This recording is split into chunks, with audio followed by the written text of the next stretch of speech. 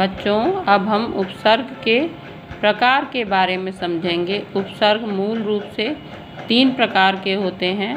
संस्कृत के उपसर्ग वाव्य, हिंदी के उपसर्ग और उर्दू के उपसर्ग। वर्तमान में हमारी बोलचाल की भाषा में अंग्रेजी के शब्द भी इतने घुल मिल गए हैं कि अब अंग्रेजी उपसर्गों का भी प्रयोग हमारी भाषा में होने लगा है। तो सबसे पहले हम संस्कृत के उपसर्ग समझ लेते हैं। संस्कृत के उपसर्ग जैसे उपसर्ग है अनु, और इसका अर्थ है पीछे या समान, और इससे बनने वाले शब्द हैं अनुकरण, अनुगमन, अनुकूल। अनुकरण मतलब नकल करना, जैसे छोटे बच्चे बड़ों का अनुकरण करते हैं। अनुगमन पीछे चलना। अनुकूल मतलब समान, यहाँ का वातावरण हमारे लिए अनुकूल है। दूसरा उपसर्ग है स्व। स्व का अर्थ होता है अपना, स्वदेश अपना देश, स्वराज्य अपना राज्य, स्वार्थ अपने हित के लिए काम करना, अपनी भलाई के लिए जो काम किया जाता है उसे हम कहते हैं स्वार्थ। तीसरा उपसर्ग है सु, और इसका अर्थ होता है अच्छा या शुभ। सु उपसर्ग हिंदी और संस्कृत दोनों में ही मिलता है, क्योंकि हमारी हिंदी भाषा की उत्पत्ति जो है वो संस्कृत भाषा से ही हुई है, इसीलिए संस्कृत के अनेक उपसर्ग हमारे हिंदी भाषा में मिलते हैं। सु का अर्थ होता है अच्छा या शुभ, और शब्द बनने वाले हैं सुपुत्र, सुमार्ग, सुमति। सुपुत्र अच्छा पुत्र, सुमार्ग शुभ मार्ग या अच्छा मार्ग, सुमति अच्छी बुद्धि। अब हिंदी के उपसर्गों को समझ लेते हैं। हिंदी के उपसर्ग हैं अध, और इसका अर्थ होता है आधा, और शब्द बनने वाले हैं अध जला, अध पका, अध मरा। अध जला जो पूरी तरह नहीं जल पाया है, आधा जला हुआ है। अध पका जो कच्चा पक्का, आधा पका हुआ। अध मरा जो मरा नहीं है, घायल है, तो उसे हम कहते हैं अध मरा। उसके बाद दूसरा उपसर्ग है सा। सा का अर्थ होता है सहित या अच्छा। जैसे शब्द बने हैं सगुण, तो अच्छा गुण भी कह सकते हैं या गुण सहित भी कह सकते हैं। सपरिवार परिवार सहित। सजीव जो जीवन से युक्त है, सजीव है, तो जिसमें जीवन है उसे हम सजीव कहते हैं। उसके बाद आता है चौ उपसर्ग।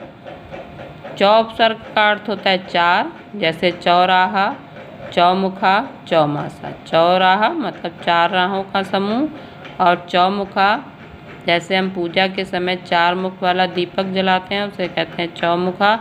चौमासा जैसे हमारे जो बरसात के महीने होते हैं 4, उन्हें हम चौमासा कहते हैं, जैसे आषाढ़, सावन, भादो और क्वार या आश्विन मास, तो इन्हें हम चौमासा कहते हैं। उसके बाद हम उर्दू के उपसर्गों को समझ लेते हैं।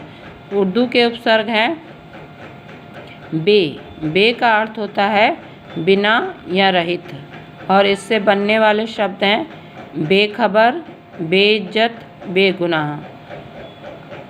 बेखबर जिसकी कोई खबर ना हो उसे हम बेखबर कहते हैं, और बेइज्जत जिसका कोई सम्मान ना हो वो बेइज्जत, और बेगुनाह जो जिसने कोई गुनाह ना किया हो वो बेगुनाह कहलाता है। उसके बाद बद। बद शब्द, बद उपसर्ग का अर्थ होता है बुरा, और इससे बनने वाले शब्द हैं बदनाम, बदमिजाज, बदचलन। बदनाम का अर्थ है बुरे नाम वाला, बदमिजाज बुरे स्वभाव वाला, बदचलन जिसका चाल चलन ठीक नहीं होता है, बुरे चलन वाला, वो है बदचलन। गैर। गैर मतलब अलग, अलग या रहित। गैर कानूनी जो कानून के हिसाब से काम नहीं होता है, जो कानून के दायरे में नहीं आता उसे हम कहते हैं गैर कानूनी। गैर जिम्मेदार जो जिम्मेदारी से रहित है या अलग है वो गैर जिम्मेदार, और गैर हाजिर जो अनुपस्थित है उसे हम कहते हैं गैर हाजिर। अब हम अंग्रेजी के भी उपसर्गों को समझ लेते हैं। अंग्रेजी के उपसर्ग जो हैं वो इस प्रकार से हैं, जैसे असिस्टेंट। असिस्टेंट का अर्थ होता है सहायक, इससे बनने वाले शब्द हैं असिस्टेंट क्लर्क। जो ऑफिस में काम करने वाला सहायक क्लर्क है उसे हम कहते हैं असिस्टेंट क्लर्क। असिस्टेंट इंजीनियर, जैसे कुछ हेड इंजीनियर होते हैं और उसके जो अंडर में काम करते हैं उसे हम कहते हैं असिस्टेंट इंजीनियर। तो इस तरीके से ये असिस्टेंट इंजीनियर बनते हैं। और दूसरा शब्द है हेड। हेड का मतलब होता है मुख्य, और जैसे विद्यालय में हेड मास्टर एक मुख्य मास्टर होता है और उसके अंडर दूसरे मास्टर काम करते हैं। और हेड क्लर्क, ऑफिस में एक हेड क्लर्क होता है और उसके अंडर में काम करने वाले सब क्लर्क कहलाते हैं।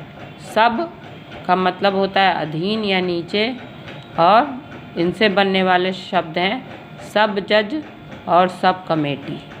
तो इस तरीके से बच्चों ये अंग्रेजी के कुछ उपसर्ग भी हमारी भाषा में प्रयुक्त होते हैं। अब हम आगे की वीडियो में इससे पाठ से संबंधित प्रश्नों को समझेंगे।